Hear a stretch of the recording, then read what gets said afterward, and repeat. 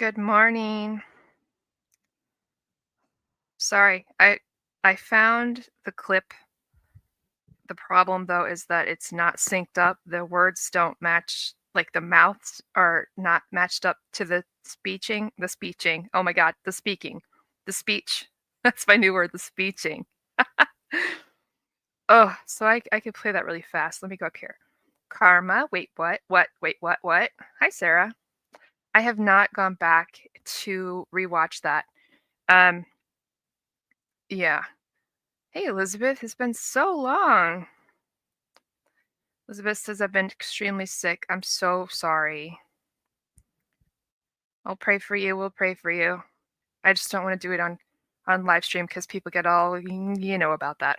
Hi, Jack. All right, I'm going to play this really quick, and then we're going to have a chat about this little cutie patootie on the screen, and then we're going to talk about summer. It might be loud, I'm not sure, and I apologize that it's not synced. Here we go. I do like it. It's very catchy.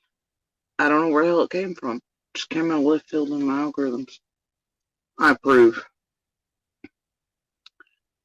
It's like, touch the button. Touch that button. And I did. Anyway, like doe, deer, D-O-E, doe. Oh dear. I'm not going to change what I do here because I like it. You guys seem to like it. And if you don't like it, just don't watch it. No one is making anyone watch any of this at all. This is not required viewing. There's plenty of stuff on YouTube that I'm not watching. Stupid. Hey, Aurora. Oh, man. I don't remember why I was watching her video. Oh, yeah, I do. So I was watching Jody Sue the other day.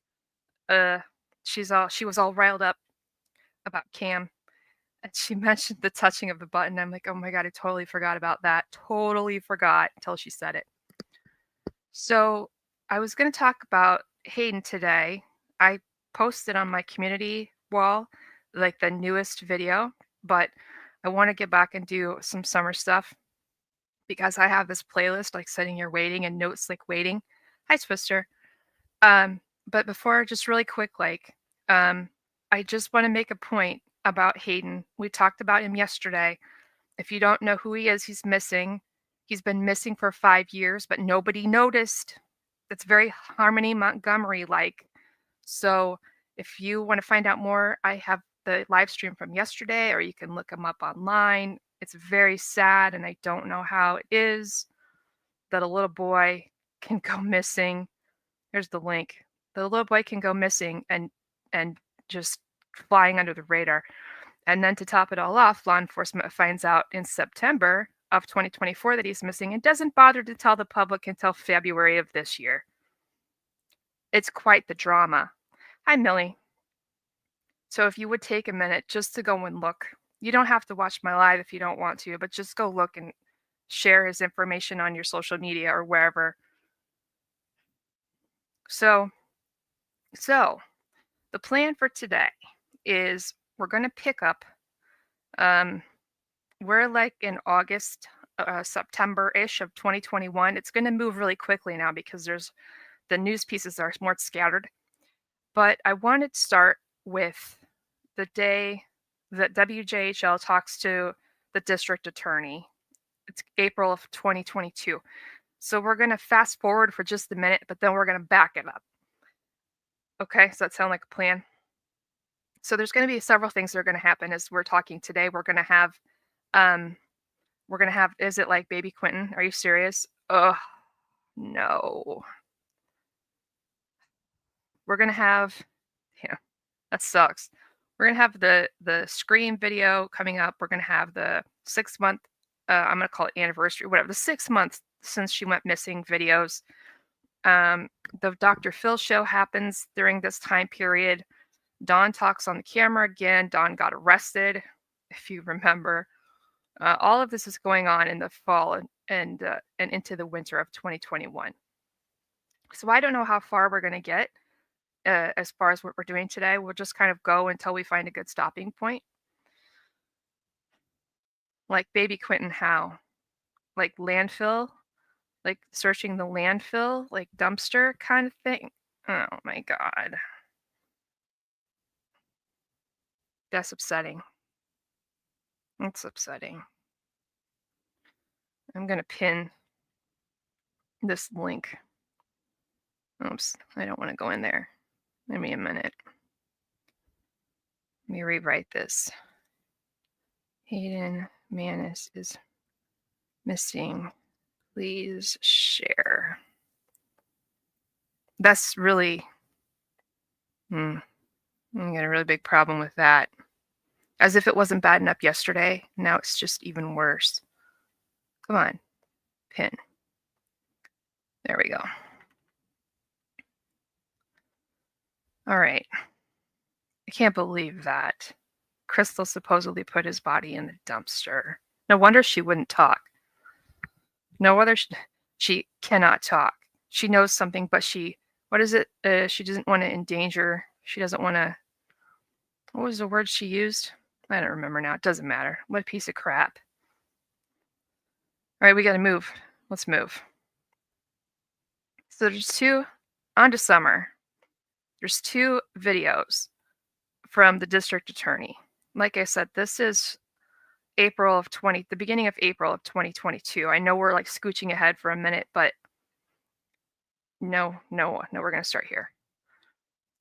When I was reviewing, because I was reviewing the videos to figure out the proper order to walk through them today, and I was eliminating some of the stuff that we just don't really need to watch because there's repeated videos of stuff. And so when I got to the ones with the district attorney, I'm like, hold up, wait a minute, time out. Now, I've seen them a couple of times, but I never really paid too much attention because I didn't really like the guy, to be honest.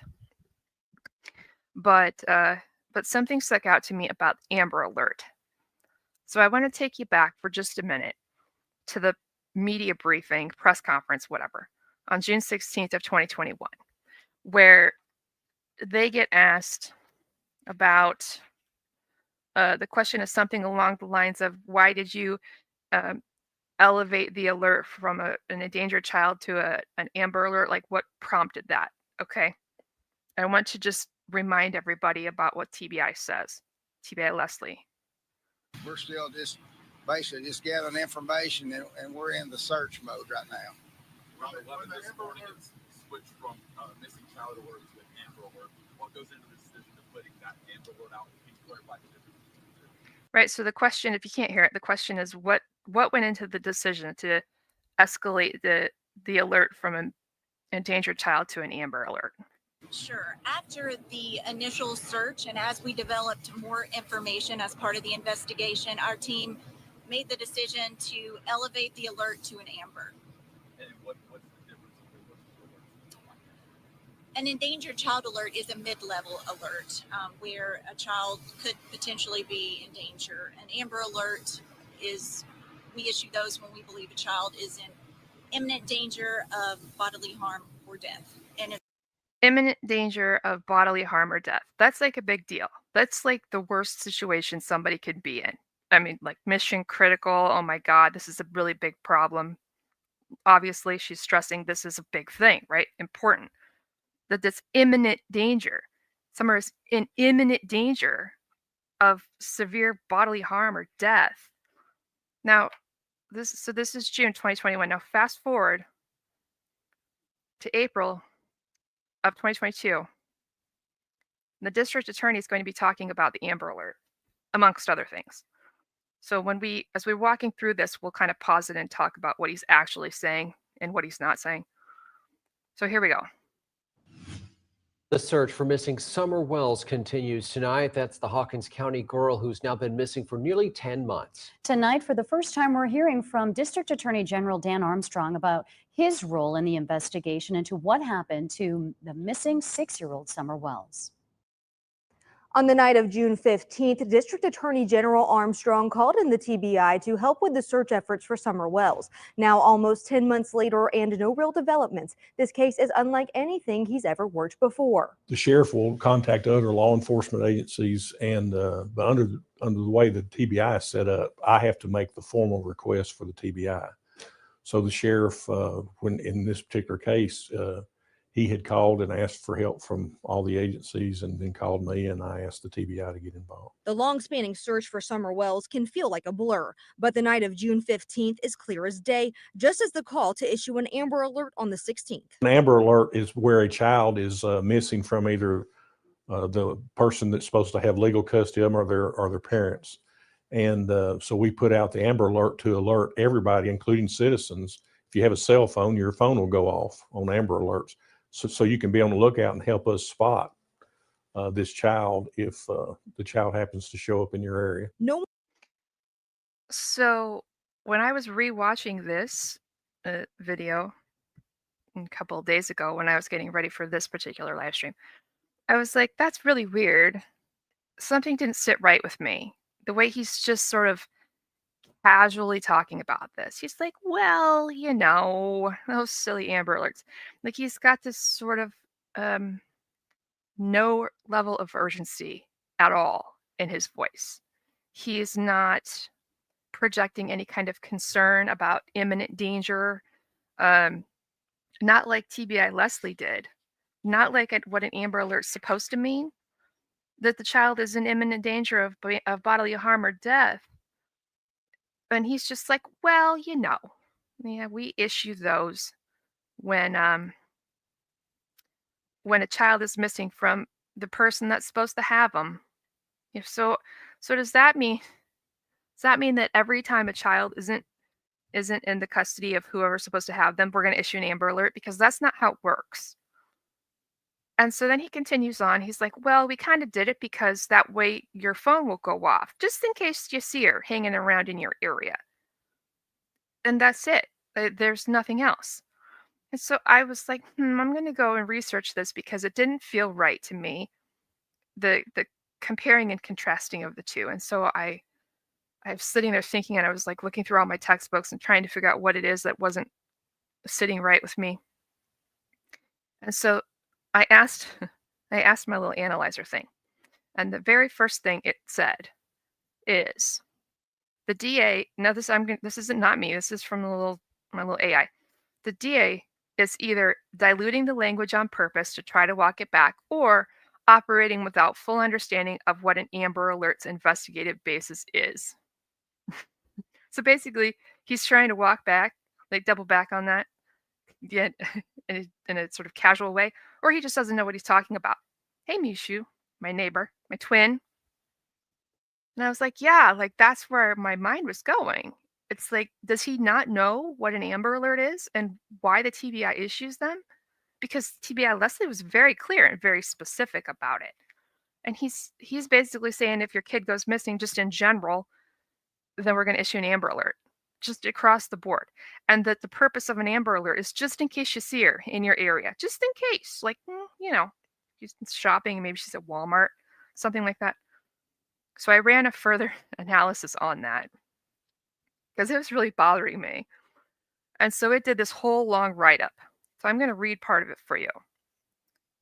So it ran the contradictory stories from a statement analysis perspective, and it did a compare and contrast. And I won't be able to see it while I'm reading, but here we go. So it says, the statements made by the TBI and District Attorney Dan Armstrong about the Amber Alert issued for Summer Wells reflect two fundamentally different interpretations of what happened and why. While they appear to describe the same event, their framing, language, and implications drastically diverge. This shift isn't just rhetorical, it's narrative control in real time. TBI's initial explanation as to why the alert was upgraded. We developed more information as part of the investigation, and we decided to elevate the alert. And then they distinguish between the Amber Alert and the endangered child, right? This language is direct. The elevation implies urgency and suggests that investigators had developed specific concerns about Summer's safety, serious enough to believe she was facing imminent harm. In Tennessee, Amber Alerts are not issued casually. They require indicators of abduction or acute risk. So when Dan Armstrong speaks, at first glance, his explanation seems like a generic overview, but under scrutiny, it's a strategic softening of what the Amber Alert system actually signifies, and it directly conflicts with what the TBI had already said. I'm telling you, there's something going on with this. I know we're super twins.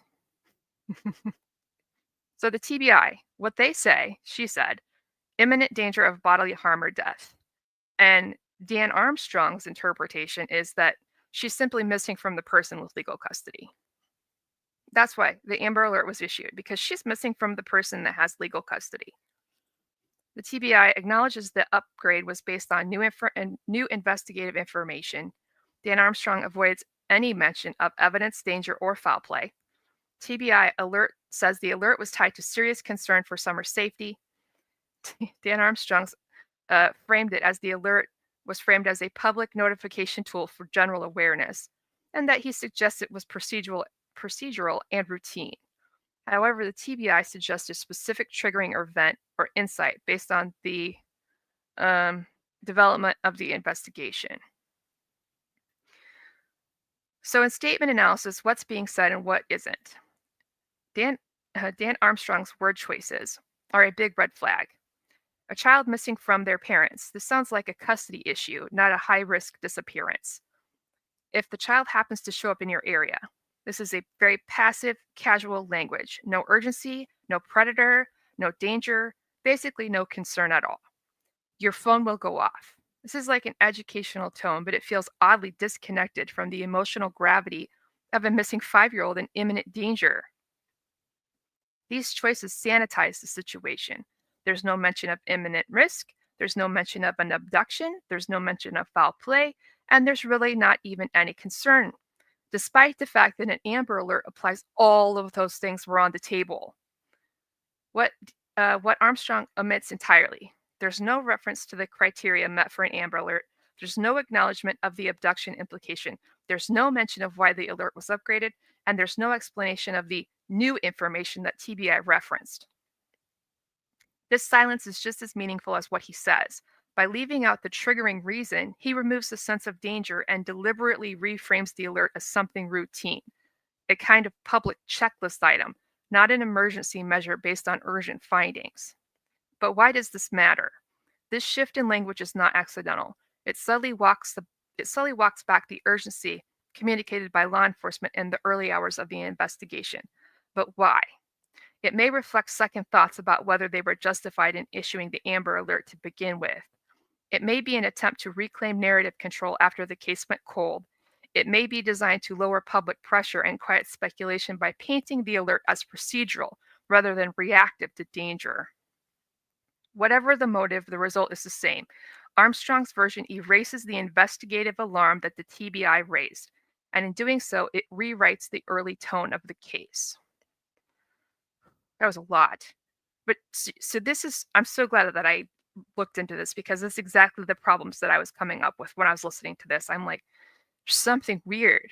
Like he's just like we're having a cup of coffee and just chatting over breakfast. And I agree with everything that thing said. I agree 100%. I stand by that the level of urgency is just not there anymore. Let's watch this part one more time. Summer Wells can feel like a blur, but the night of June 15th is clear as day, just as the call to issue an Amber Alert on the 16th. An Amber Alert is where a child is missing from either the person that's supposed to have legal custody of them or their parents. And so we put out the Amber Alert to alert everybody, including citizens. If you have a cell phone, your phone will go off on Amber Alerts.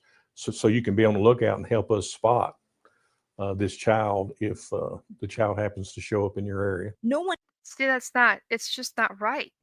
It's not right. So it goes back to the question, is he deliberately trying to backtrack and be like, sorry? Or does he just not know what he's talking about? Because I don't know. I can't tell you. I've watched it repeatedly and I don't know which way to go. So there's that. So let's get back to where we were. It's so upsetting. I don't know how many more people can let Summer down. Let's get back to where we were. We're going to go here. I know be quiet. So we're starting in August of 2021. That was really loud. Sorry about that if that blew out your ears. All right. Hey, Birdie. Carmen says, I don't think he knows. I know, right? Like, I get the vibe like he has no idea what he's talking about. You know those people who talk like they know what they're saying, but really they really don't have a clue. And they kind of talk in circles until you get really confused, and then you stop questioning their knowledge about something. Like that's the vibe that I get from him. He's sitting behind that huge desk, kind of leaning back in his chair, like, well, we issue an Amber Alert when a child is missing from the person they're supposed to be with. That's not true. It's partially true, but that's not really the point of an Amber Alert. That's not really what it's about. Can you imagine how many Amber Alerts there would be if every time a child was not in the presence of their custodial parent, we'd be getting Amber Alerts on our phone like every single minute, every single day. Birdie says, I'm behind. Noticed how the DA said kids in the custody of someone else or their parents. Don was saying we just got her back. I believe he was referring to Summer. Yeah. It's interesting. We're going to come back to him once we get up to that point. Something about it. Something. Misha says lots of words, nothing really said. Right. It's just a whole lot of like this, that, and this, and that, and this, and that, the end. Like Candace's story. This, and this, and this, and this, and this, and this, and the end. So, oh, it's so frustrating. As a sidebar, just really quick, since I brought it up, we're not going to get into it again. But when I was reading through one of my textbooks, I was looking for the word if, because the word if is going to come up later on. But I came up on a little section in one of my textbooks, and it's talking about when people are doing their storytelling, their reporting of an event, the way that they sequence things and the order that they put things in or people in. And I was like, that's really interesting. And now I'm never going to be able to find it. But it was saying something like how the sequence that the person, hey, Rock and Robin, the way the way that people list off, the way that someone lists off people or things involved, the first person that they list is usually the most important to them. And I was like, because it starts with me and my mother and her were planting flowers. And I was like, Now, grammatically, you're never supposed to say me and, but I'll see if I can find that while this plays through. All right, here we go. And more than 8 weeks since the family of Hawkins County 5-year-old Summer Wells reported her missing. Law enforcement wants the public to know their investigation into Summer's disappearance is still going on tonight. Summer Wells was reported missing by her family on the evening of June 15th. The Tennessee Bureau of Investigation issued an Amber Alert the next day. For several weeks following, hundreds of rescue personnel performed a ground search in the immediate area near her Beech Creek community home in Hawkins County. While the search not as visible as before, Hawkins County Sheriff Ronnie Lawson today said that he and his officers have not given up on finding her. I understand people's curiosity about where we're at in the case as far as investigation. I know people speculate, and I understand that, but they have to understand our number one goal from day one is to find Summer, and everybody's still a suspect. Person of interest, however you want to put it, and we're still very intensely looking into it. Investigators are still hoping to hear from someone that may have a critical piece of information that leads them to Summer. You're asked to submit credible information by calling 1-800-TBI-FIND or email tips@tbi.tn.gov. It's been 3 months. Okay. We're September 15, 2021. months since Summer Wells was last seen at her home here on Ben Hill Road in the Beech Creek community of Hawkins County. Since the night of June 15th, no one has been charged in relation to Summer's disappearance, and there are still no more answers as to where the little 5-year-old could be. Summer Wells is missing. She's 5 years old. She's 4 foot tall, blonde hair. Last seen wearing a pink shirt and gray pants. That statement has remained the same since that initial night, launching a massive ground search and Amber Alert on the following day. Everybody's a person of interest till we find Summer. Authorities said all possibilities were on the table, but Summer's father told us he believed she was taken. Candus was on one side of the house when she got gone. That, Sorry to interrupt. Hey, Ginger Snap. Hey, Cisco. I'm gonna back this up for just a minute. Candus was on one side of the house when she got gone. Candace was on one side of the house when she got gone. Candace was on one side of the house when she got gone. He believed she was taken. Candus was on one side of the house when she got gone. Candace was on one side of the house when she got gone. That's weird. Does anybody feel like that's weird besides me? Candace wasn't in the house. She was at the camper, the front of the camper, fixing the knee brace. Okay, well, she hadn't fixed the knee brace yet. That story hadn't happened yet. But what? He believed she was taken. Candus was on one side of the house when she got gone. Like, to me, if someone said that to me, what I would think they were saying is that, okay, so my house is long, not so much wide. So if I were to say that I was on one side of the house, I would mean like, okay, my house is set up so like all the bedrooms are sort of on the right side, and then the living room and the kitchen and the dining room and the family room and all that stuff is on like the left side. So if I were to say that I was one side of the house, I would be putting myself like in the bedrooms, and everybody else would be in like the living room area or the kitchen, but all within the same building. Like I would place everybody in the same building. That's how I interpret it, but I could be wrong. Candace was on one side of the house when she got gone. One side of the house. So somebody runs up. Okay, so all right, I'm going to look at that. Told us he believed she was taken. Candus was on one side of the house when she got gone. Jack says out of the basement door around the corner and left would be the camper. Correct. So, I mean,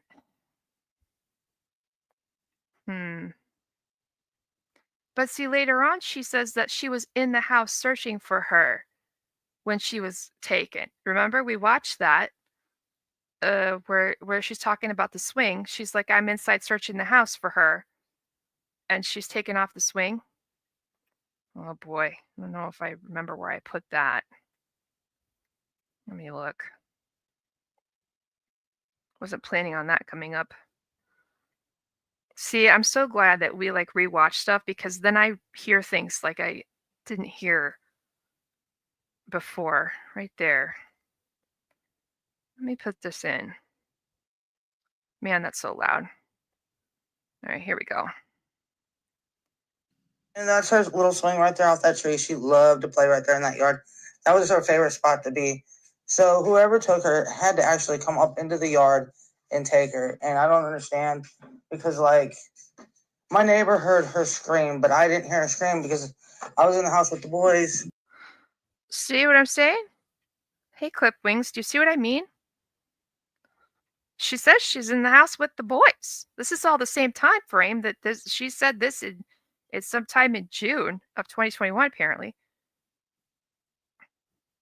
So Dawn's like, she's on one side of the house, and she's like, I was in the house. It's not like their house is wide. It's more like boxy. They need to get their stuff straight. I mean, can you imagine being law enforcement trying to figure this stuff out? Like trying to maneuver your way through this mess? Summer. Authorities said all possibilities were on the table, but Summer's father told us he believed she was taken. Candus was on one side of the house when she got gone. That, not even 50, 60 feet away. We know she wouldn't leave the property. There's no way she would do that. A statewide call out was requested through the Tennessee Association of Rescue Squads on June. Wait a minute. We know she wouldn't leave the property. There's no way she would do that. She wouldn't leave the property. There's no way she would do that, but apparently she stormed off before when she's been mad at the boys. Apparently she's walked away before. And I swear that Dawn actually is the one that said that. And there was some discussion at one point about how she would run outside after he got home from work to get candy from him. I don't know about that. Statewide call out was requested through the Tennessee Association of Rescue Squads on June 19th. With this steep and dangerous terrain, we're also experiencing, as you see behind us, very dense canopy coverage, including very dense ground cover, causing search efforts to become very difficult, taking extra time to cover these areas adequately, exhausting teams a lot quicker, in turn causing longer for these grounds to be covered. Press conferences continued until June 24th. While every case is different, this one is definitely outside of the norm. Typically, in an investigation like this one, we have some idea of where the case is headed and what might have happened within a few days. On June 26th, the TBI asked for help finding the driver of a Toyota pickup truck that was seen in the area of Ben Hill Road and Beech Creek Road either in the early afternoon to late evening on Monday, June 14th or Tuesday, June the 15th. They stressed that this person is not a suspect, but could have seen something. Please find it in your heart, have mercy, and find a way of letting her go. And Ugh. Oh, there's the date of that. June 28th. Thanks, WJHL. Blue tank top interview is 6/28. Now we know. Hey, Elizabeth. Elizabeth says, I've been thinking about this, and if I say I was on the side of the house, unless I'm standing inside the house, I mean outdoors. Yeah, okay, I can see that. Like on the side of the house rather than the side. Okay, I see. Boy, that's a tricky one, huh? Standing on the side of the house.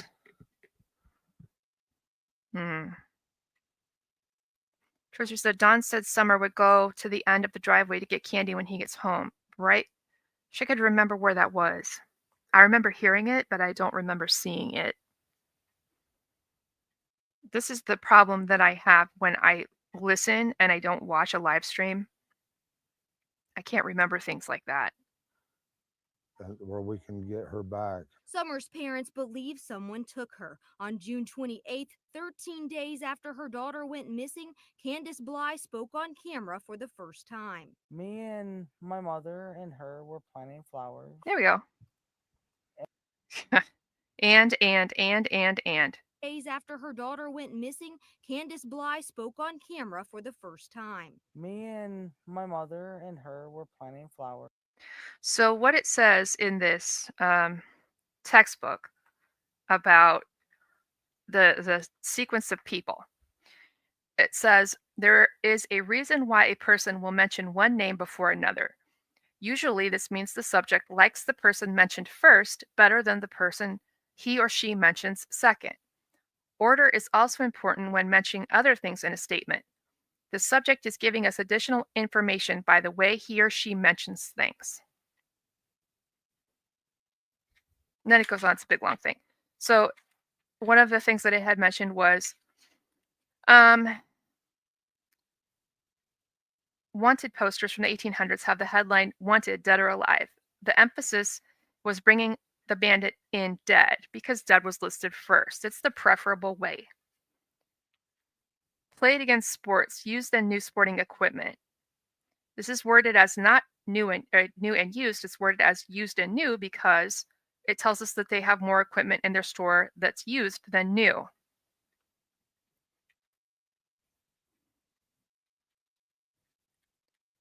There's that.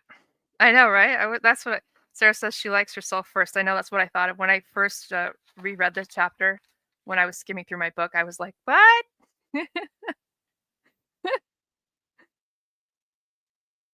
June 28th, 13 days after her daughter went missing, Candace Bly spoke on camera for the first time. Me and my mother and her were planting flowers. And we went in after we got done washing our hands and this and that. Polysyndeton, if you remember. she got a piece of candy from grandma. And if you missed the last time that we were here talking about summer, we went over this and we statement analysis to this thing to pieces. So if you missed that, I don't even know what part we're in anymore. Are we in part 5?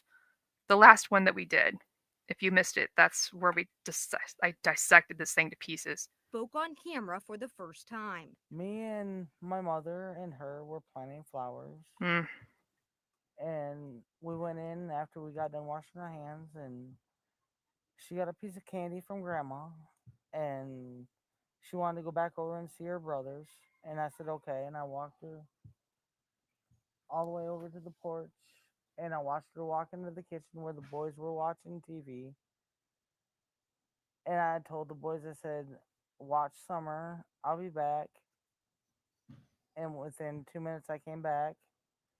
And I asked the boys where their sister was, and they said, she went downstairs, Mom, to play with her toys in the playroom. I said, okay. And I yelled downstairs for her a couple times, and I didn't get no answer, which was unusual because usually she always answers me. And so I went down there to check, and she was nowhere in sight. She was just gone. The end. This and this and this and this and this and this and the end. That was the same day the reward fund was finalized and search operations were officially scaled back. Speaking with command staff, speaking to subject matter experts that were involved from other agencies out of state, getting together every day. Hey, this is what we've covered. This is the probability. This is putting all these things together to make the decision. I can say made the decision easier, but it didn't. Still, at the end of the day, it was very difficult to make the decision of scaling back operations to only go off of credible leads. Nearly a month later, the nonprofit group EquiSearch Midwest returned to the Beech Creek area. I'm still going to keep the faith. You know, so far we haven't found her. That's a good thing. As long as I don't find a body, we still have hope that this little girl is walking amongst us. Sarah says, would the kids say she went downstairs, Mom, or leave that out? You know, I wondered about that, and I think it was on Behavior Panel when they reviewed that. I can't remember which one of them. One of them said that they feel like the statement that she says is from the boys is probably truthful based on the way that she, because she's talking, right? She's like this and this and this, and then she's like, and the boys said, and she gets kind of animated. Oh, she went downstairs to play with her toys, Mom, like that. But I don't know if I buy that 100%. But that's to be fair, they're scientists too. So to be fair. And we just need to say, whoever has her, bring her home, drop her off at a safe place. The following Tuesday, the Churchill Rescue Squad announced the sheriff's office would be taking over search operations. Earlier that same day, on July 27th, Summer's parents told us after their juvenile court hearing that their sons had been in the custody of the Department of Child Protective Services since the week before. Our number one goal from day one is to find Summer. No one with the TBI or Hawkins County Sheriff's Office was available for an interview. Summer's parents, Dawn Wells and Candace Bly, didn't return my phone calls or messages when I asked to speak with them. And now there are no trespassing signs posted up around their home. This is September 15th, 3 months later, and they're not willing. Hey, radio guys, they're not willing to talk.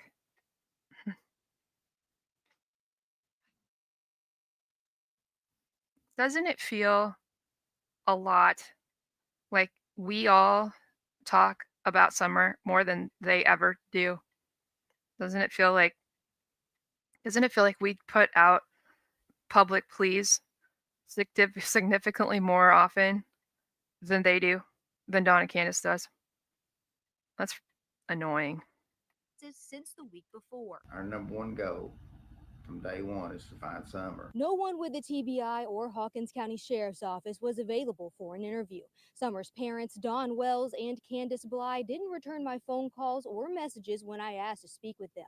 And now there are no trespassing signs posted up around their home. I understand people's curiosity about where we're at in the case as far as investigation. I know people speculate, and I understand that. The TBI is still looking for the driver of that Toyota pickup truck. It's a red or maroon 1998 to 2000. Did anybody verify 100% that they are not looking for the truck? Because I heard not Tim, my God. I heard Chris McDonough say that was, I'm not going to say ruled out, but that they figured out who drove that or whatever. Did anybody else ever heard that? I'm going to ask this. Why would Summer's parents not want to talk to the news? Just that curiosity. Okay.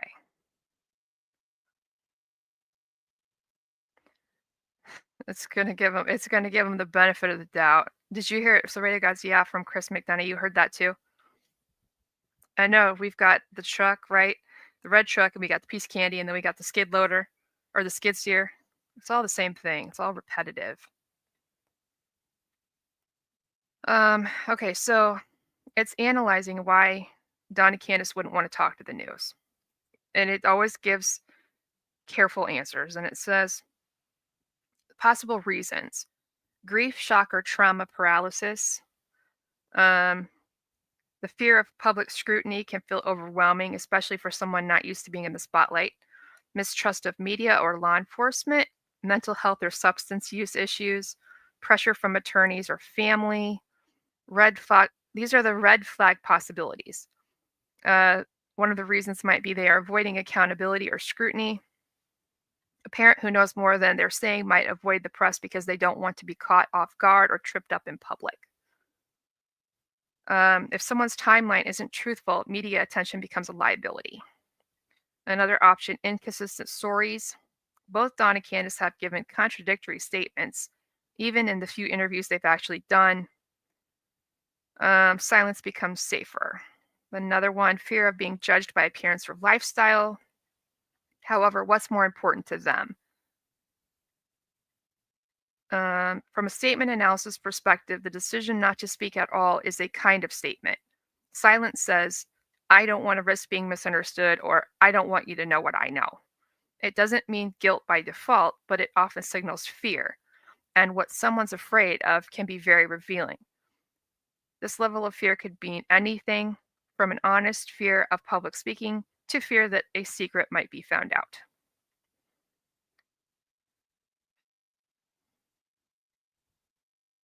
I'm just looking here. It actually is going to go on and talk about Candace. I'm going to keep reading. I'm going to keep reading this. With regards to the Summer Wells case, Dawn did eventually speak to the press and often, but Candace not so much. Her long silences, hesitations, and choice to end her narrative at the basement door, see, I'm not the only one, have been consistent and deeply analyzed. The avoidance of the press may mirror a broader pattern, an inability or refusal to engage with the actor, the part where Summer was gone. Oh, I see what it's saying. So what it's trying to say about Candace, I'll try to read it a different way. So it's talking about Candace, and it says, her long silences, hesitations, and choice to end her narrative at the basement door have been consistent and deeply analyzed. That avoidance of the press may mirror a broader pattern, an inability or a refusal to engage with the after, the part where Summer was gone. So she talks up to the moment Summer disappears, but never about what came after. Never the shock, never the search, never the scream, none of that. And that, combined with the early reluctance to speak, leaves a silence that still echoes. She does avoid talking about that.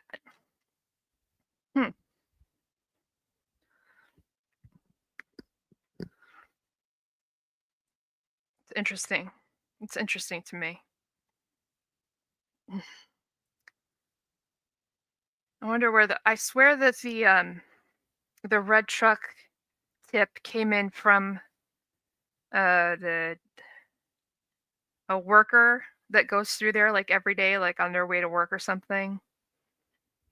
Hmm. It's where somebody stops their story is important. We've talked about this like 3 times now. So if you think about it, just pick an event in your life that happened, something that happened. The example that I used when we talked about it the last time before that was the car accident that I got into. And when I'm going to talk about that, I'm going to start you a couple steps back because you need to know like the lead-in information to really understand the car accident itself. And then my story stops where I get medical attention, and that's kind of the end of that day. There's more stuff afterwards, but it's kind of irrelevant, like litigation and stuff. But when we asked when we asked my little AI thing to tell us about that, I'm sure I can't find it now. It had distinctions. I'll just ask it again.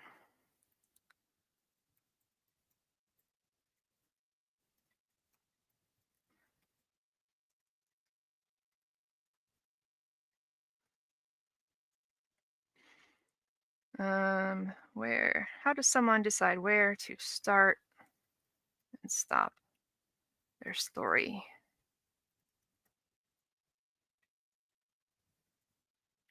Okay. In statement analysis, the decision of where a person starts and stops their story is highly significant, which we know. It's not random. It often reveals what the speaker finds important, what they're comfortable discussing, and where their psychological focus or discomfort lies. If we were going to analyze that, this is how we would typically start. Looking at the starting point. Where someone begins their story can show, number 1, psychological entry point. They often start where the stress or emotional intensity begins for them, not necessarily where the event itself began. There can be an attempt to control the narrative. A deceptive person may start earlier than necessary to front load the innocuous details, creating a sense of normalcy. And then there might be some omission of key facts. If they skip a natural starting point, like a specific time, person, or place, that can suggest avoidance or a desire to conceal something. For example, if somebody said, "Well, we were just hanging out earlier that day," rather than starting with, when I last saw her, ... This can signal either memory fog or distancing from the moment they know is critical. Then it goes on to talk about stopping points. Where they end their story often tells you the emotional cutoff. They may halt right before the moment of highest tension or guilt. This suggests discomfort, especially if the moment is critical, like when a child goes missing, a fight escalates, some discovery happens. There might be some avoidance or deflection. They may rush to a vague conclusion, such as, and then everything happens so fast, or stop altogether when more would logically follow. This is part of a narrative control. A person might end on a safe note to imply finality, even if the story obviously isn't over. In truthful statements, the beginning tends to align with the natural starting point of the event. The ending reflects closure, emotionally or practically, or continues naturally into what followed. Then there's usually a full arc, not a suspicious, tidy cutoff. There's a beginning, middle, and end that makes sense chronologically. In deceptive statements, the start might delay or distance the main event, like hours earlier. The end may avoid the most sensitive part. For example, right before the discovery of a crime. There might be temporal gaps, vague summaries, or abrupt stops that don't match the stakes of the event. Temporal gaps are jumps over in time. So we heard that with Candus when we were listening to her talking about all of a sudden, we're going to get sidetracked. That's okay. Let me find it. A temporal gap is you have like event 1 and then there's something in the middle, and then event number 3, but the person might not want to tell you about event number 2 either because they don't think it's important or whatever, or it might be important, they don't want you to know the details. So they just skip over that, and that's called passing of time or a temporal gap. So let me get you here. We'll do this. Let me go into this one. We watched this already, but that's okay. Here we go. That the kids, were just off playing and you didn't know where they were for a while? No, never. Never? I've always known where my kids have been. Okay. Always. When I talked to your husband, he told me, he said that he said that he couldn't believe the sorry bastard that come up here and they took Summer from the basement. Is that where she was took from? Do you know, I really don't know, and I can't really tell you the truth about all that because I don't know. Right. All I know is that me and my daughter, Summer, and my mom were out there planting flowers, and she wanted to go back inside with her brothers. So I walked her back over, and I watched her go into the kitchen with her brothers. And then next thing I know, I went over and took. Right there. And the next thing I know. Hi, Shay. If you missed the last time we were here talking about this, you should go and watch it because we really tore this to pieces. So words that show a passing of time and temporal gaps. I'm going to just read again out of my textbook for you. Everybody edits their story. Even truthful people are not going to tell you everything that happened. They will always withhold some information, perhaps because they think it is not important. Deceptive people will do a lot of editing. There will be things they do not want to tell you because it might be incriminating, or it might lead you to ask additional questions. In an effort to withhold this information, deceptive people may use certain words or phrases that skip over those areas they do not want to talk about. So, for example, here's a statement. We drove to the store and got some beer. Later on, we went to Ray's house. The phrase later on means the subject has skipped over something that happened. This missing information may or may not be important. After driving to the store and getting some beer, what did they do? This person did not tell us. They just said, later on, we went to Ray's house. And then there's this big long list. Here's a list of some words and phrases that indicate the subject has skipped over something in his statement. Then, immediately, soon after, later, later on, afterwards, shortly thereafter, a short time later, the next thing I know, the next thing I remember. Deceptive people like to quicken the pace and get past those areas that they don't want to talk about. They will sometimes do this by using words and phrases that span time. Excuse me. Hi, Outdoorsy Life. So you see what she says. I mean, it's one of the things I just read to you. It's not a totality. This is just the main ones that they talk about. Skipping of time. And it specifically says the next thing I know. That's verbatim from my textbook. And Candus says, and then the next thing I know. So if you were going to look at this from a statement analysis perspective, which we did the last time we were here, you could say she skipped something. Now, you can't say that it was a shady skipping of something. We don't know. It's just that she omitted telling us something that happened between watching her walk into the house. To the kitchen with her brothers. Watched her walk into the kitchen with her brothers. And then next thing I know, I went over and fixed my mom. And then the fixing of the knee brace. So some stuff happened in the middle. I don't know what, but she's not telling us what it is. And this is, I know it's not in her metabolism. All right, let's finish this one. Model, possibly a Tacoma, with a full bed ladder rack with white buckets in the truck bed. In the Beech Creek community, Ansley Daniel, News Channel 11. Let me pause this. This one is, I think that we've made it.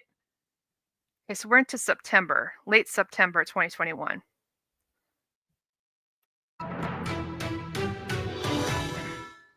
I'm Leslie Earhart with the Tennessee Bureau of Investigation. We thought we would take a few minutes to update you on the search for 5-year-old Summer Wells. As you know, she was reported missing from her home on Ben Hill Road in Hawkins County on June 15th. Unfortunately, there's still more questions than answers, But we haven't given up, and we won't. Agents and detectives with the Hawkins County Sheriff's Office continue to work daily to determine what happened to Summer. But we're still looking, we're still searching, we're still following tips. And one thing that we need to do is preserve the integrity of this case, because we can't tell everything we're doing.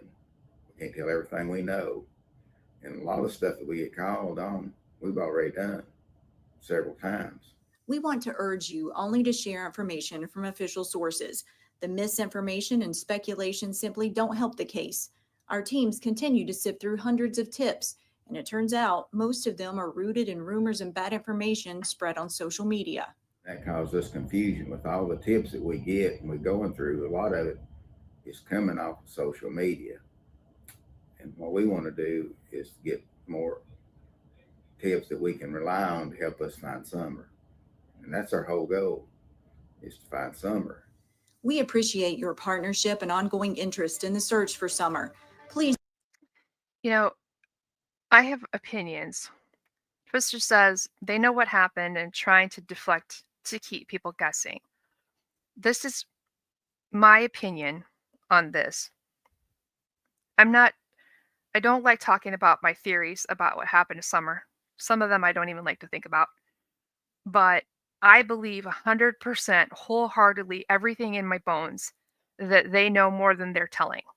Now, I can't tell you if it's because they know what happened, or they're just not telling us about some neglect that occurred. I don't know. I just know that they're not being fully transparent with the information. I think that the information that Dawn and Candace don't tell us, particularly Candace, I think the information that Candace doesn't tell us is damning to her in some way, whether it be she knows what happened, or there was an accident, or she just was not supervising Summer properly and she wandered off. I believe that Candace is withholding information because she wants to protect herself. That's my opinion, based on everything that I've reviewed, not just some blind opinion. Based off statement analysis, that's where I've come to with her. It makes no sense to omit things. If your child is missing, you would want to give out everything you can, as irrelevant as it might seem. You would be like word vomiting out everything you can imagine that happened that day. It wouldn't be this and this and this and this and the end. The polysyndeton that we talked about, that's one of my favorite words. If you weren't here, polysyndeton means somebody who repeatedly uses the conjunction and when they're telling you something. This and this and this, kind of like a to-do list. And then she just stops at the door and that's it, the end. But that's not the end. In a natural relaying of a story, it should keep going.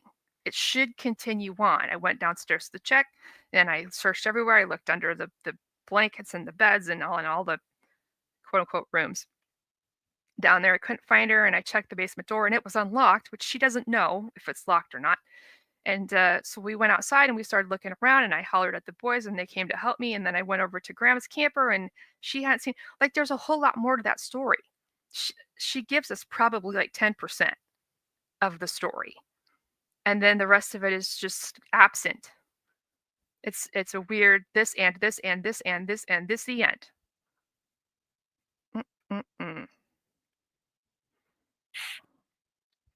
Okay, we're going to hit up News Nation, hopefully. This is from November. Now we're going to get into the Phil show. Jody Sue's going to come up in a bit. It's like Candace is reading us a novel, but she doesn't want to read past chapter 1. So she tries to convince us all that chapter 1 is the only chapter in this novel. But logically, common sense speaking, we know there's more to that story. So with regards to my car accident story, if I were telling you about my car accident story and I got to the place where the guy rear-ended me going 55 miles an hour, and then I stopped my story, it'd be like, and then what? I'm sitting at the stoplight. The stoplight's red. I'm like 3 or 4 cars back. it's like a 2-lane highway, so I have nowhere to go. I'm looking in my rearview mirror. These lights are coming at me. These headlights are coming at me real fast. I know this guy's going to hit me. I put my mom's seatbelt on my child. I'm holding on the steering wheel dear life, and this pickup truck nails me in the like just rams the back of my vehicle going 55 miles an hour. The end. But it's not the end. That's not the end. Like, it's a weird place to stop a story. It makes no sense. So when I hear Candus telling her story, that's what I hear. She's telling us the leading up to, right? She's telling us all about how it leads up to, but then when she gets to the actual event itself, the disappearance or the noticing of the disappearance, all of a sudden there's nothing. The end. Don't want to talk about it. That's just really problematic to me. Fisher says when Don Wells said Summer being outside was her downfall, I know. We talked about that a couple times ago. And that's the boy's fault too. Everything is the boy's fault. All the time. Hopefully this won't put me in timeout. If it does, I'll be back. Here we go. Bill Johnson, a former federal prosecutor and co-host of the True Crime Reporter podcast, joins me now. Thanks for being here. You're welcome. So this little girl just appears to have vanished into thin air. She was reportedly gardening with her family outside. What stands out to you about the Summer Wells case? Well, I guess to begin with, anytime there's a case of this nature, it turns out in the end that the vast majority are committed by someone they knew, whether it's a family member or someone else, someone that knew them. It's very rare that a stranger abduction or a stranger incident like this take place. It does. Let me just look. I'm going to pick a math word here. What's the probability that a stranger abduction? Summer. Run some math. TBI says repeatedly we don't have the evidence to know for sure whether she was abducted. There's no evidence of abduction. Let me look.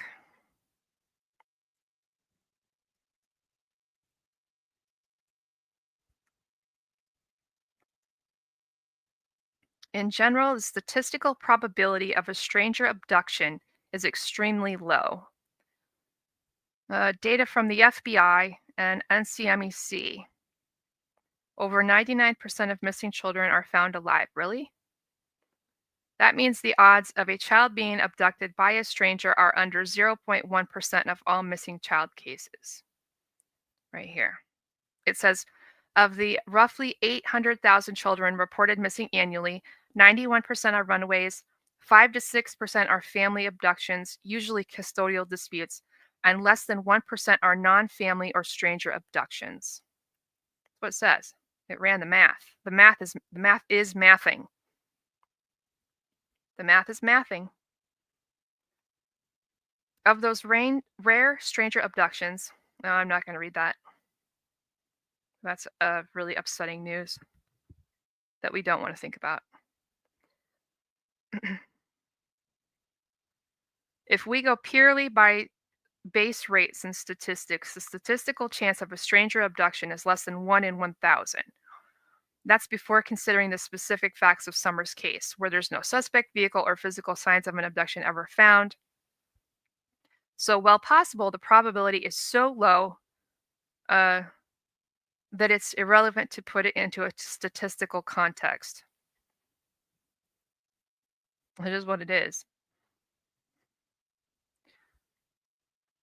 Okay, so let's ask it.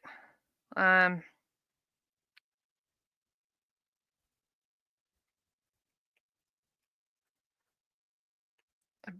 by someone.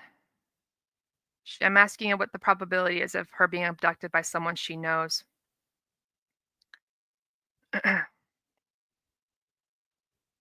About 94 to 97% of abducted children are taken by someone they know.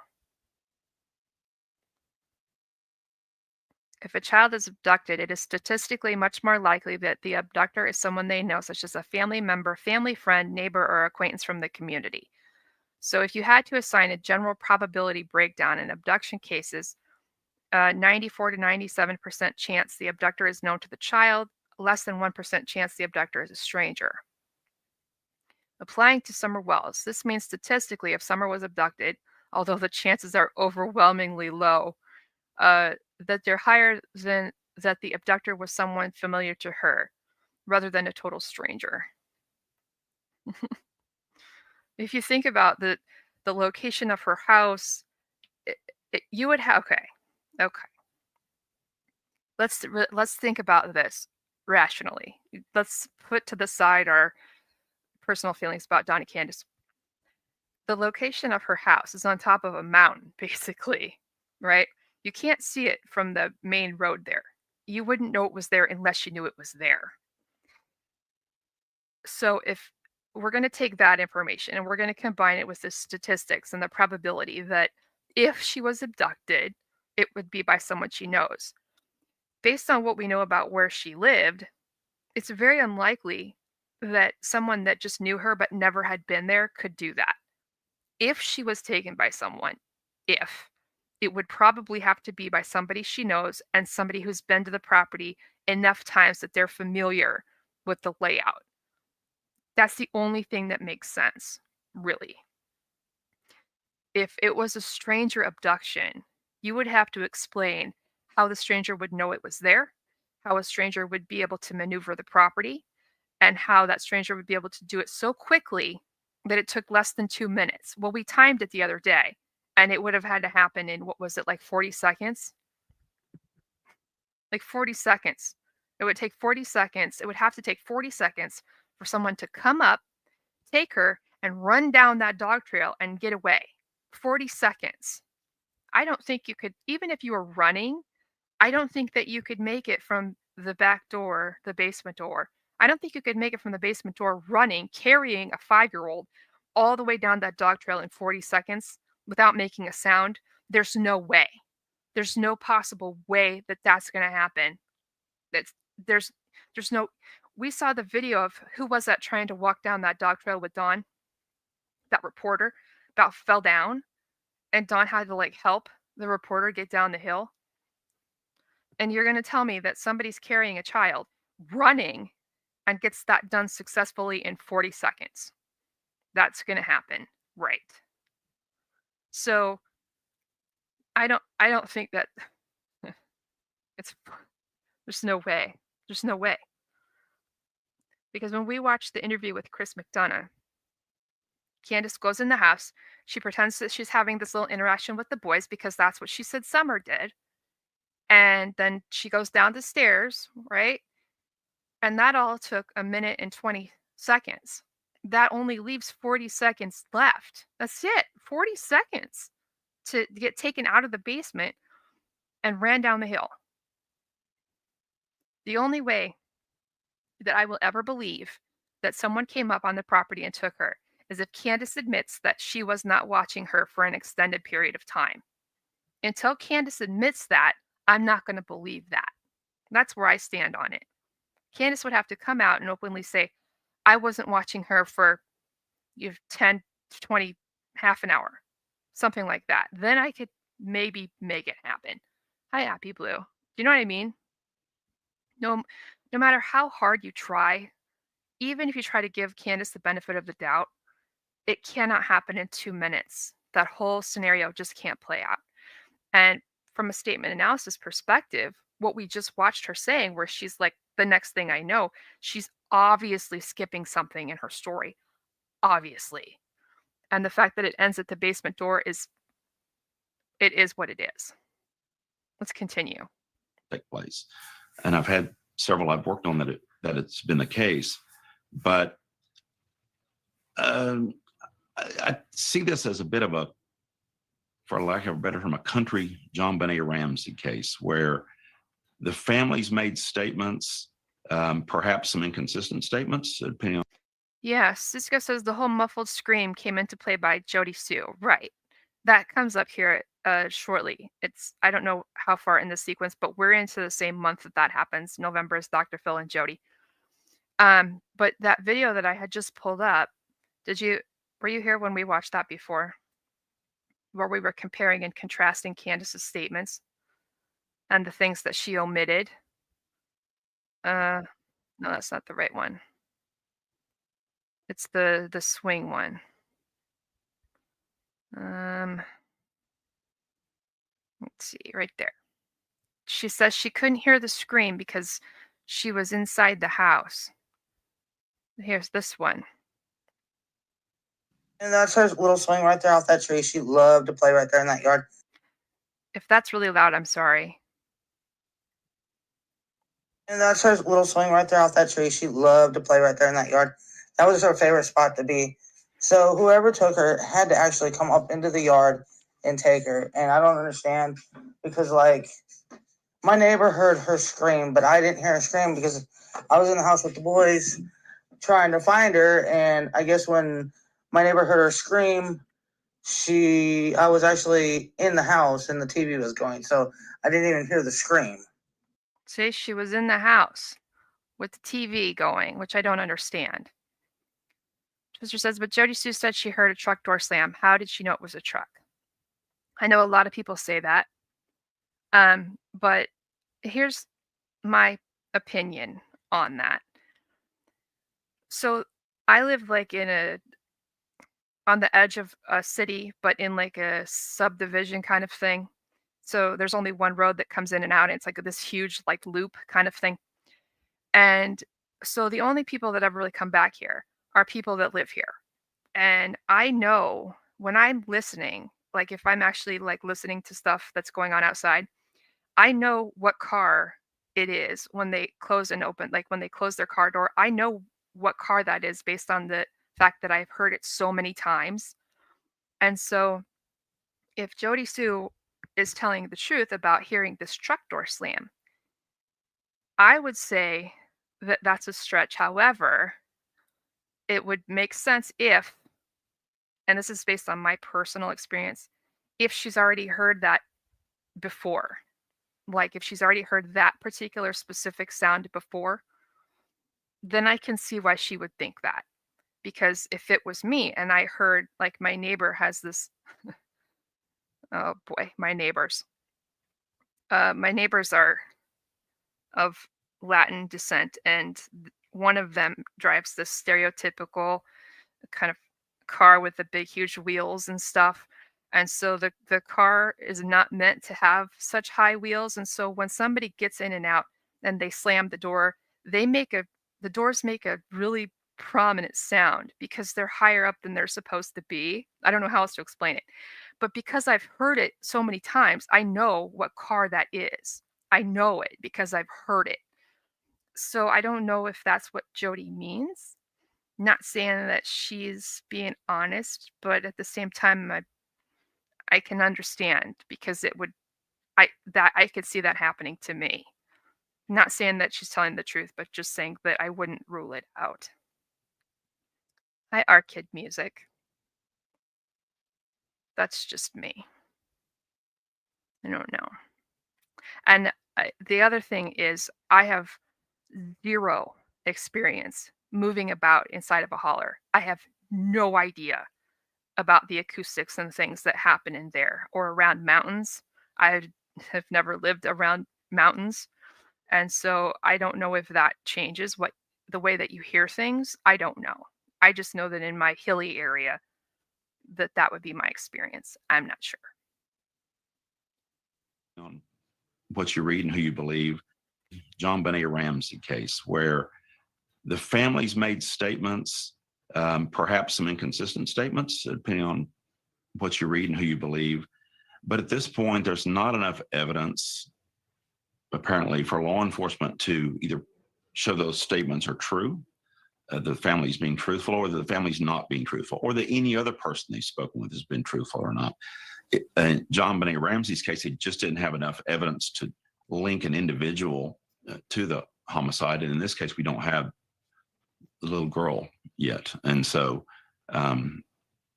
it's a lack of evidence that makes it hard to contradict or corroborate statements. And so far, I think that's the main thing.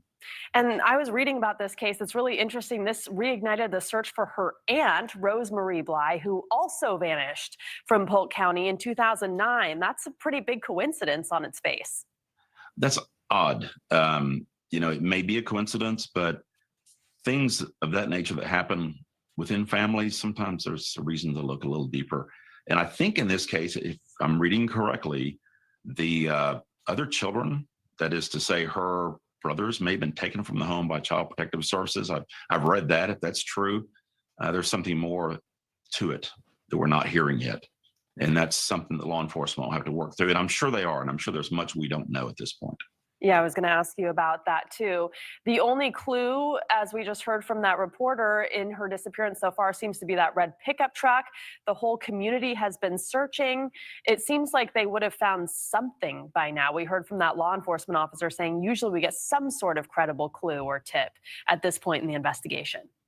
Well, unless it didn't happen the way their whole basis for what they're doing is based on what I guess the family and maybe some others told them. So if that turns out to be mistaken in terms of its time or not correct, it may be that we had a case where a preacher in Texas murdered his wife and faked it as a suicide. And the time frame he gave, which law enforcement relied upon, they just fully relied upon it for the longest time until they realized he was lying about all of it. And his alibi was completely impossible forensically. And so the foundation of what we start with in a case like this sometimes is a myth. It may not be. It may be exactly correct. But if it's a myth, then everything that works from there could be mistaken. And we just don't know enough. Okay, Bill Johnson, thank you for joining us, host of the You're True welcome. Crime Reporter podcast. We appreciate your time tonight. You're welcome. Thanks for watching. He was not very helpful. It's been 1 week. Okay. Now this is about DUI. We'll skip this. First tonight, the This is November 10 of 2021.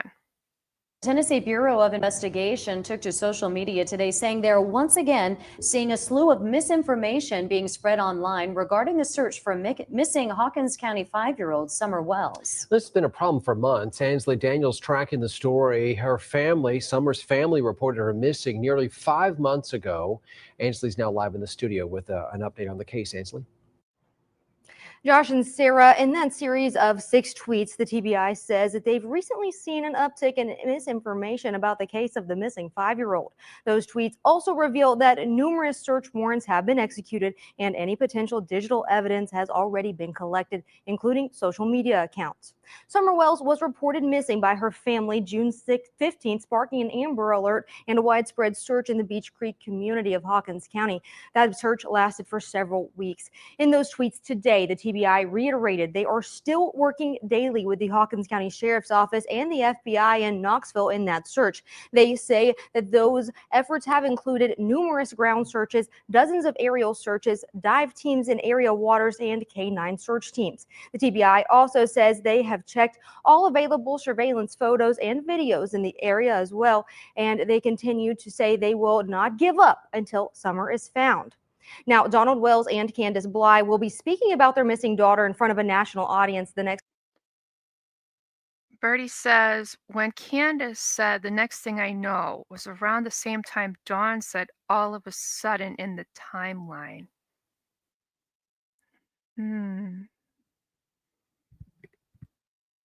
Was that during the white, like Dawn wearing that white t-shirt thing? Our kid says, Robin said the police ruled it out. Yeah, but he corrected her on that. He made a big thing about that in one of his videos. But I heard this. He said this within the last, I'm going to say the last 6 to 8 weeks. I heard him say it. I heard Chris McDonough say that it's no longer being he didn't say ruled out, but he said something that would indicate that it was no longer being looked at. He said they had found it or found the guy that drove it or whatever. All of a sudden, I remember Dawn saying all of a sudden. Where was that? Man, where was that? All of a sudden, I can hear it. I can hear it in my head. I'm going to pull this one back up. All of a sudden.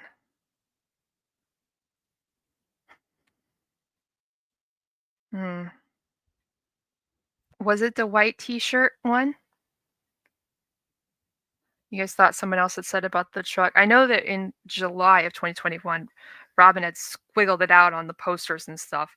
But then again, those posters were made by Tim Mullen, who used like stock photos, which he wasn't supposed to. And TBLS is like, we didn't approve this. All of a sudden. I don't remember where this was. I remember it.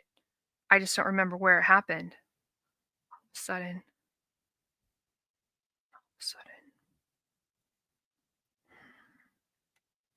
I'm gonna listen to that again.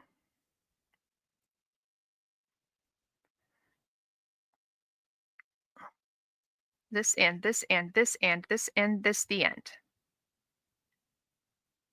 Soft playing, and you didn't know where they were for a while. No, never.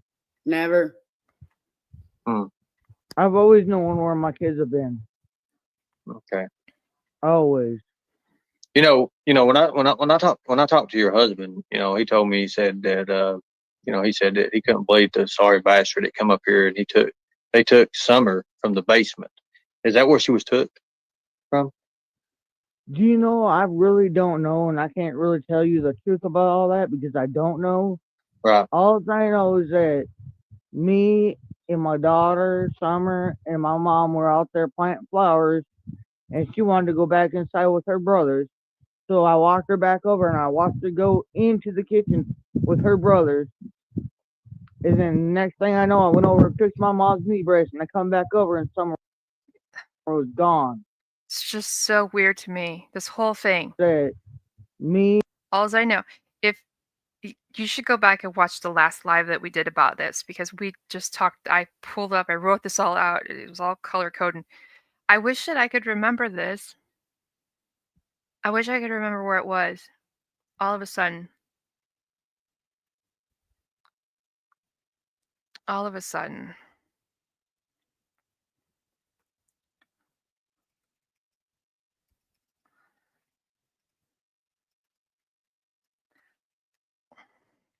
There's no way that it's going to find this. No way.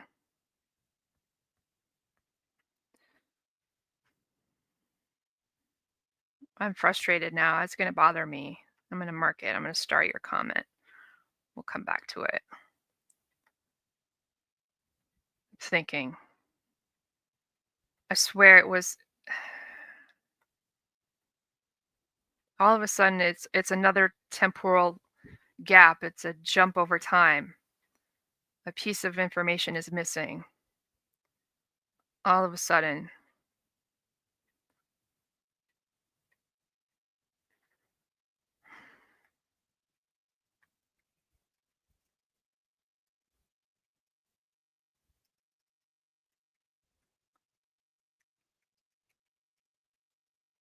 See if I can Google it.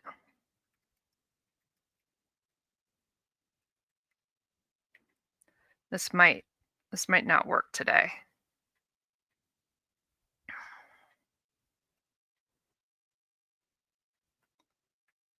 No, this is not. The only place that I could find it was when he was talking about he was at work and then all of a sudden he gets a call about Summer. That's the only place that it could find it. And that was in an interview with Chris McDonough, of course.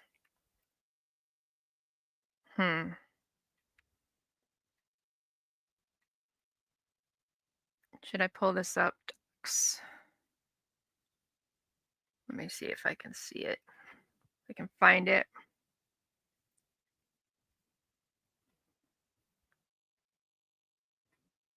Let me put this in. You guys are not going to be able to see that. Let me try to zoom.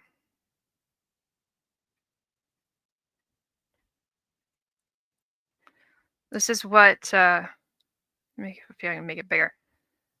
This is what I had typed up. This is verbatim from what we just watched. The things in red are important. So the question is that where she was took from, as in like the basement. She says, I really don't know, and I can't really tell you the truth about all that because I don't know. Now, unpopular opinion, but it's going to be because it has to be the truth is that sentence about, I know it sounds weird, the whole I can't really tell you the truth because I don't know. The way that sentence is phrased would indicate that that's probably a truthful sentence, that she doesn't know about the basement door. Now, because she's got such an adamant denial. Then she goes on, she says, alls I know, and when I know it's supposed to be all, but whatever, that's how she talks.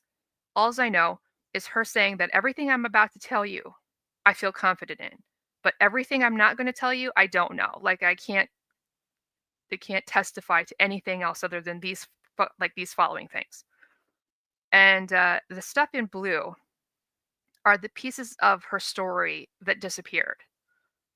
So when she gets down to so I walked her back over and I watched her go in the kitchen with her brothers. And then there's supposed to be some interaction, but apparently that didn't happen.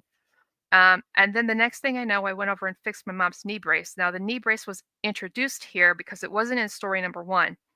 But the next thing I know, there's something there. Something occurred that's missing. It could be the conversation with the boys because she did omit that, but it could be something else. I'm not sure. And then the 2 minutes is also absent from that. All right. This is November 11. Dawn's going to talk next. It's a very interesting conversation. Conversation. Thank you. Well, this morning, the Tennessee Bureau of Investigation says that misinformation is on the rise surrounding the case of missing Summer Wells. TBI says they've conducted several search warrants and have collected any potential digital evidence, including with social media accounts. Adding that they continue working alongside the Hawkins County Sheriff's Office and the FBI to find out what happened to the missing Hawkins County child. This morning, the fate of Summer Wells still unknown. Now, WJHL has led coverage as we've taken you across the community in the search for the missing 5-year-old. Ansley Daniel has a look at the timeline of events since Summer disappeared on June 15th. Summer Wells is missing. She's 5 years old. She's 4 foot tall, blonde hair. Last seen wearing a pink shirt and gray pants. That late night. Oh, look, they cut that off. This is the same interview where he said she was last seen walking away from her home or something. Last seen wearing a pink shirt. I'll look for that. Gray pants. That late night announcement launched a massive ground search at first light the next day. With this steep and dangerous terrain, we're also experiencing, as you see behind us, very dense canopy coverage, including very dense ground cover. Daily media briefings continued for 10 straight days. It's here. And limited communication. Summer Wells is missing. She's 5 years old. She's 4 foot tall, blonde hair. Last seen wearing a pink shirt and gray pants. According to her siblings, she just walked out the back door and then disappeared. So we don't know where she went. That's what he said on the first night, on the 15th. They ended on June 24th. While every case is different, this one is definitely outside of the norm. 2 days following the last of those press conferences, the TBI announced they were searching for a late model red Tacoma truck seen in the area around the time Summer went missing. Another 2 days after that, we heard from Summer's mother for the first time. Candace Bly's only daughter had been missing almost 2 weeks. Me and my mother and her were planting flowers. And we went in after we got done washing our hands, and she got a piece of candy from Grandma, and she wanted to go back over and see her brothers. And I said, okay. The day we heard from the mother was the same day the reward fund was finalized. Authorities also closed the active search. In September, Summer was featured on In Pursuit with John Walsh, and the reward fund surpassed $40,000. On October 4th, Summer's father, Don, wanted to speak with News Channel 11. 111 days had passed since his daughter disappeared. I just don't feel that that's right, that they're just going to give up on her in a couple more months. That same day, the Churchill Rescue Squad's reward fund was extended into the following year. Almost a week later, on October 10th, the Hawkins County Sheriff's Office said they were still taking tips and looking for that red truck. Hi, this is Don and Candace Wells, and this is our YouTube channel. Almost 4 months after their daughter was reported missing, Dawn and Candace Wells started a family YouTube channel and a website, findsummerwells.com. We hope and pray to God that we can find our daughter. We can't thank you enough. There's nothing we can do to thank you all enough, but just to thank you and praise our Lord and Savior, Jesus Christ. Social media stardom turned to a social embarrassment 2 weeks later. Dawn Wells was pulled over on a suspicion of DUI and arrested while live on YouTube. Wells was later charged with a probation violation and released on his own recognizance. In Rogersville, Ansley Daniel, News Channel 11. Thank you, Ansley. And later on this afternoon, Dawn Wells and Candace Bly will be speaking about their missing daughter in front of a national TV audience on the Dr. Phil Show. You can watch that right here on News Channel 11 at 4 o'clock. Another episode airs tomorrow as well. And after News Channel 11, we'll continue to take an in-depth look at the search for Summer. In-depth coverage continues through the evening, starting today at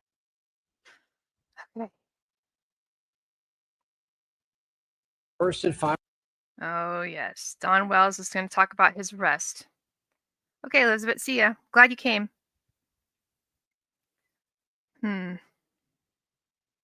This is a very interesting interview with Dawn. I should have typed this up. 5 o'clock, more legal troubles wasn't the plan, leaving Hollywood after filming that Dr. Phil show you just saw here on News Channel 11. But not long after their return to Northeast Tennessee, missing 5-year-old Summer Wells' father was arrested on suspicion for DUI. Then again in court the following Monday for that being a violation of his probation. News Channel 11's Ansley Daniel was able to ask him how the ongoing attention will help find his daughter. She's live in the studio tonight. Ansley? Josh and Sarah, this was Dawn's first on-camera interview since going to LA and coming back home, and since those charges on him have mounted. Now, he told me, though, that he knows he's no media darling. I have lost control. I've done stupid things, and for that I apologize. Confessions of a father who says he has struggled emotionally since the disappearance of his daughter. And that's not all. We've had problems with threats and violence and all kind of things like that, and it's been dangerous. It's clear how they've had threats with the violence. The thing about that, though, is that Dawn is the one that did a lot of threatening of violence with his with the hard R's and whatnot. He certainly threatened Candace. We watched it when he was on the live stream with Molly Golightly.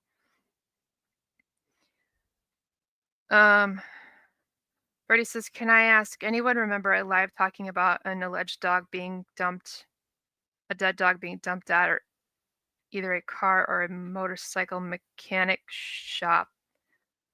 That is sounding, no, I don't remember.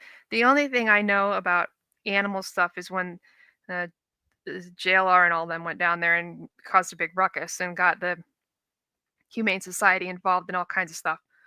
That's the only thing I know. I'm looking here. Let's see.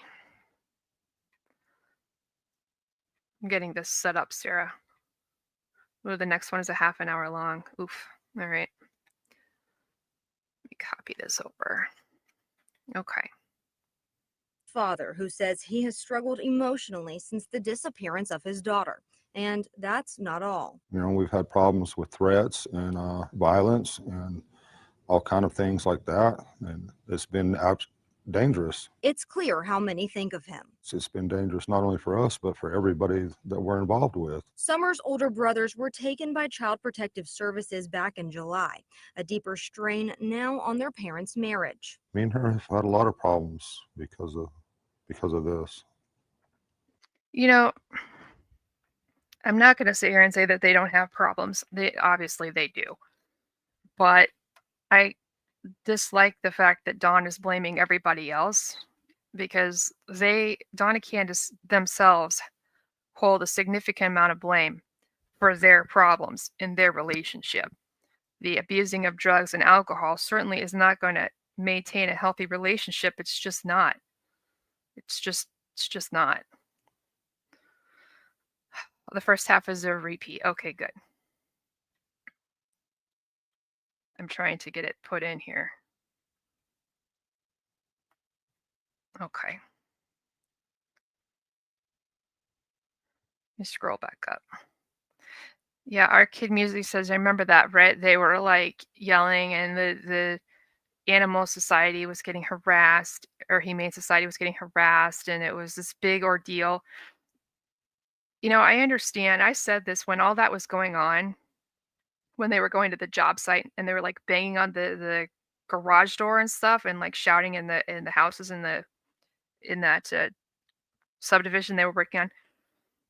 I understand that people want like answers and things, but I strongly disagree with getting them in that manner because of a number of reasons. First of all, it's really rude in general because there's other people that are working there. But at the same time, basically what they did was they made Dawn and Candace the victims, which was kind of contradictory to the goal, which was they wanted information. Well, they succeeded in getting Dawn and Candace fired. Congratulations. But they also succeeded in making Dawn and Candace victims of harassment. That's what they did. That made me upset because it's like now they actually have a legitimate reason to complain. We're both just down and miss our kids. And don't exactly know how to deal with all that. But they stand together in what they think happened to their only daughter. Me and Candace know for a fact that Summer was abducted. We know that, but Can you share with me why you know for a fact or how you know? well, the reason that I know is because I know my wife, and I know what kind of emotions and the heartbreak that she's been going through, and the way everything happened when she called me. Hold on. Have police? Wait a minute. Sorry. It's been a long time since I've listened to this. Don't exactly know how to deal with all that. But they stand together in what they think happened to their only daughter. Me and Candace know for a fact that Summer was abducted. We know that, but Can you share with me why you know for a fact or how you know? well, the reason that I know is because I know my wife, and I know what. There's something there. Right, Cisco? So Cisco says Don knows because of his wife, right? That's exactly where I tripped up on too. It sounds weird. It sounds weird. The way he says that is weird. Like he knows she was abducted because of Candace? We know that, but Can you share with me why you know for a fact or how you know? well, the reason that I know is because I know my wife, and I know what kind of emotions and the heartbreak that she's been going through, and the way everything happened when she called me. Have police given you? That's weird. That's really weird. So because of the way that is he trying to say that so you have abduction, right? But and the other option is that something terrible happened to her, like she wandered away or it's an accident cover-up thing. Is he trying to say that basically he knows Candace, that like he knows that Candace wouldn't hurt her, and so the only other option is that she got abducted? Is that where he's going with this? Because that's weird. That's very weird. I'm going to write that down. So the question was, But they stand together in what they think happened to their only daughter. Me and Candace know for a fact that Summer was abducted. I'm going to type this. Just give me a minute. Me and Candace know for a fact that Summer was. At least he's using her name. That's a first. We know that, but If you He always speaks for Candus. But see, the thing is about that, we know that Tim Mullen is standing behind the camera. We know he's there. And Candus is usually there. She just doesn't ever go on camera. So my opinion is that he speaks for them in the sense that he's speaking on her behalf just because it's just easier to say we and we and we. I know she's got no alibis. Can you share with me why you know for a fact or how you know? Why you know for a fact or how you know.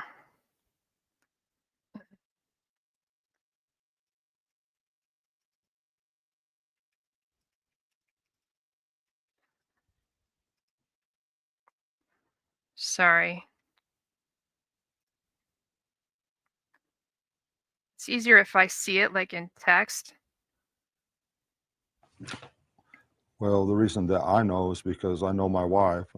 The reason I know.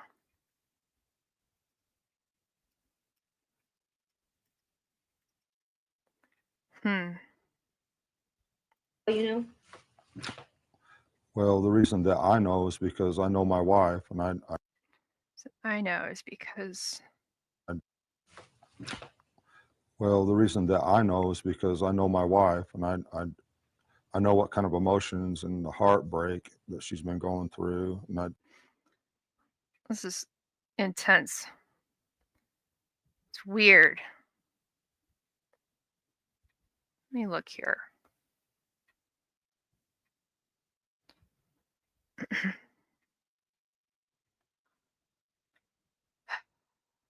Where is this?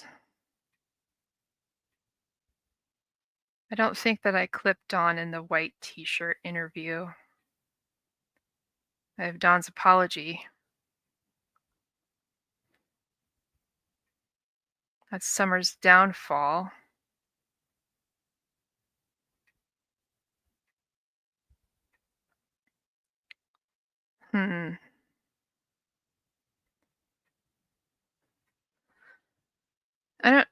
It's weird the way he says this.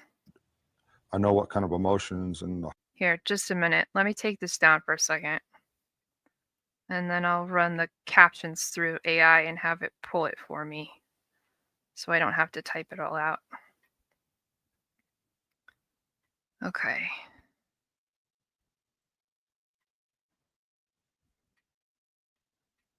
Let's see.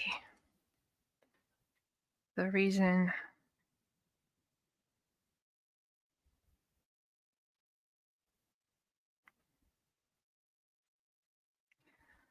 Right, I'm gonna let this, we'll just let this play through and then I'll come back to that. It's really weird. Professor says not trying to be mean, but they're good at playing dumb. Yeah, they are.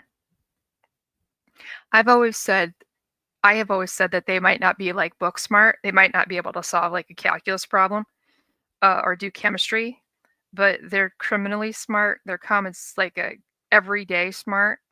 Like they can manipulate people based on that.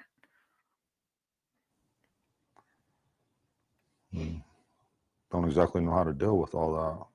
But they stand together in what they think happened to their only daughter. Me and Candace know for a fact that Summer was abducted. We know that, but Can you share with me why you know for a fact or how you know? well, the reason that I know is because I know my wife, and I know what kind of emotions and the heartbreak that she's been going through, and the way everything happened when she called me. Have police given you any information on that or anything pointing to that?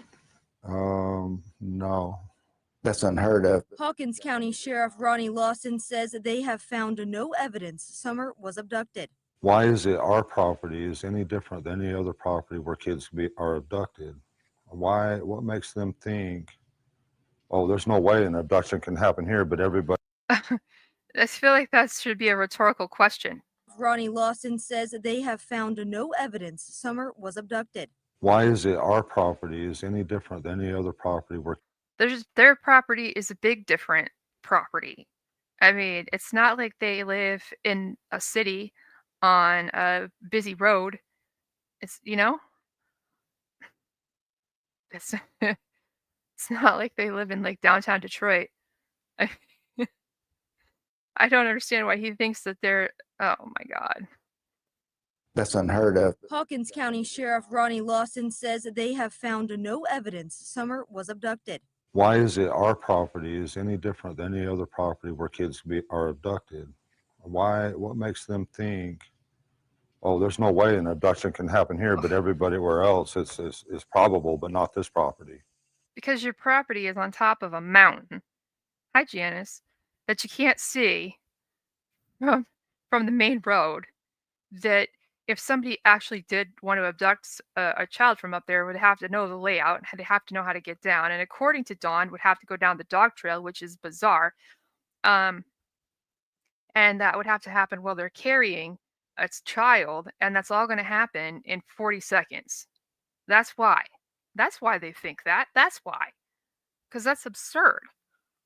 They kind of, Candace is the one that kind of is making the abduction thing impossible in a way. Because when she said that they were gone, or that she was gone for 2 minutes, that eliminated a lot of the chance of an abduction.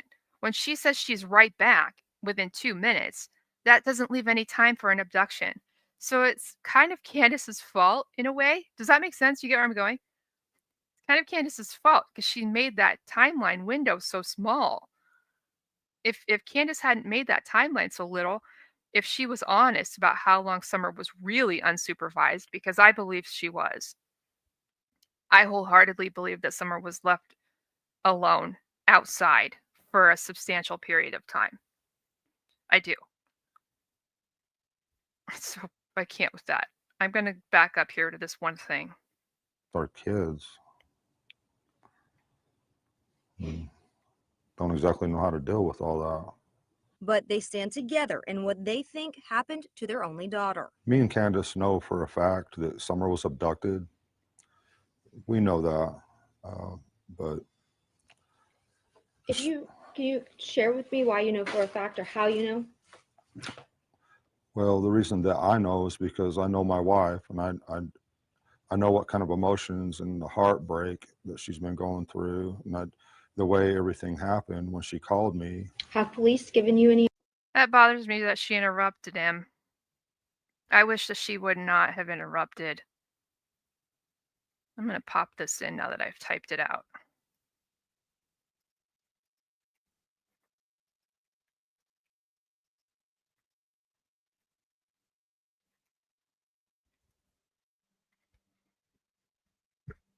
I'm going to analyze this and see what it says, because I'm interested. I'm interested in this. So it's running analysis on this. To say that I know, so statement analysis breakdown. The first portion, know for a fact. This is a very strong assertion of certainty, but lacks accompanying factual basis. The repetition of "we know that" may serve as a self-reinforcement, like one is trying to persuade themselves. The pause in the but signals hesitation, as though you hit a cognitive or emotional wall. That but often introduces doubt, contradiction, or something unsaid. So then the question that Ansley Daniel says, can you share with me why you know for a fact or how you know? Don replies with, well, the reason I know is because I know my wife and I know what kind of emotions and the heartbreak that she's been going through, the way everything happened when she called me. So here's the breakdown of this answer. There's a couple of things.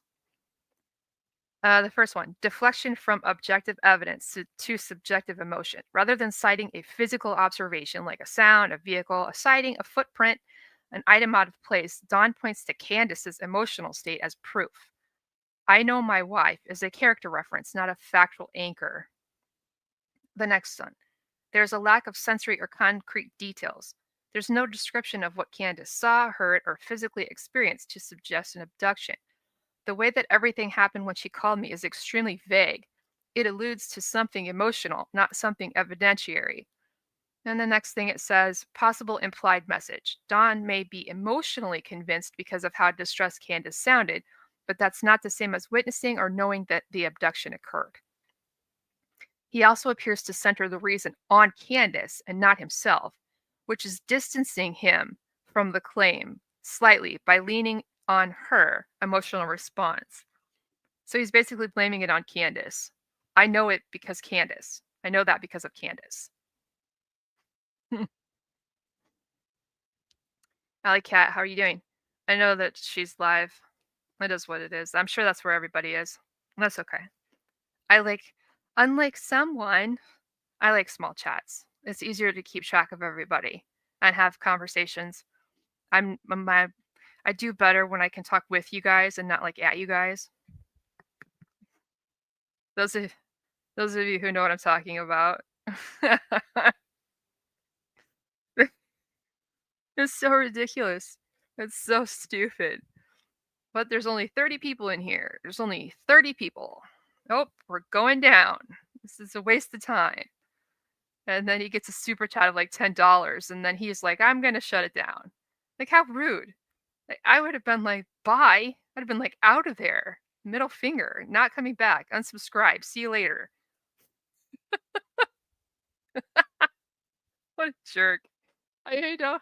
I know that historically he's not a very nice guy to his subscribers, which I don't understand why people would like still be subscribed after the way that he treats them. But that was like a whole nother level of disrespectfulness. That's so messed up. So messed up. Oh, all right. Let me finish looking here.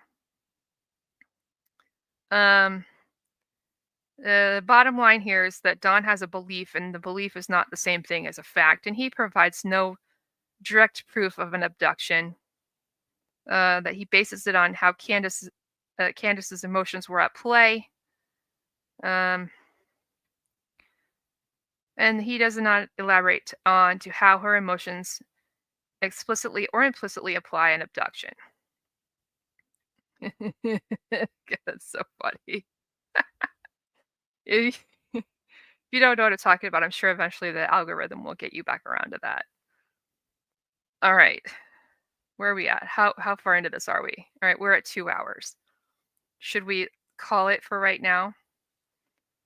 Let me take this off and scroll through here so it doesn't blast your ears out. We're still in November.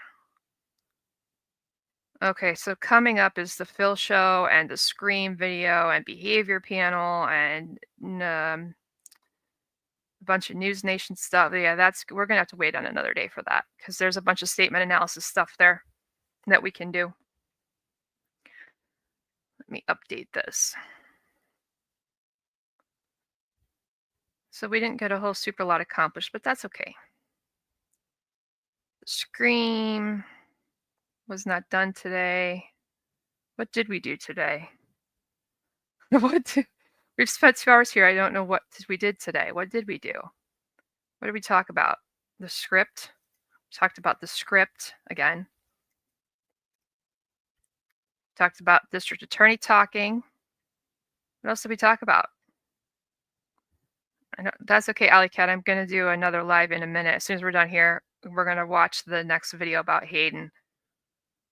I just want to separate it into its own like live stream. I don't want to combine it in with summer stuff. I guess Dawn talks. We can add that in there. Script. Dawn.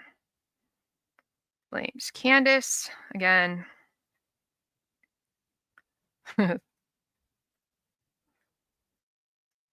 Okay. So we've made it to November.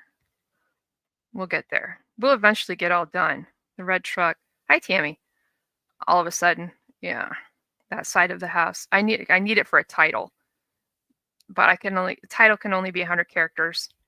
So, okay, that's all done. Let me go in here. Here's the link. Here's the link, Sarah, for the next one. Hey, Crow's Feet, for the next one. I have to change the time on that, but we'll do that when we're done here. So, is there anything else that you guys want to do before we go? I think coming up is the interview that like Brian Enton does with Dawn, where they're like outside or something.